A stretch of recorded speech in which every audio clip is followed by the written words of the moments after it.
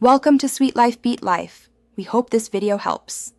You begin by opening your document in LibreOffice Writer and confirming the language. This ensures correct dictionaries are used.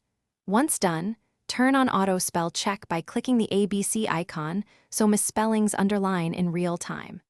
Make sure the language for the paragraph is set properly via Tools, Options, Language Settings, Languages, because an incorrect language will give false positives or miss errors. Now that underlines appear, you're ready to run the full manual check to catch context issues and suggestions. You trigger the full check with Tools, Spelling, and Grammar or press F7. This walks you through each flagged word and grammar suggestion. Listen to the suggested replacements and choose Accept to apply, change to edit manually, or ignore when the term is correct in context. Add unusual names or technical terms to your personal dictionary to prevent future flags. Make sure to review the grammar pane too, because some errors need phrasing changes rather than single-word fixes.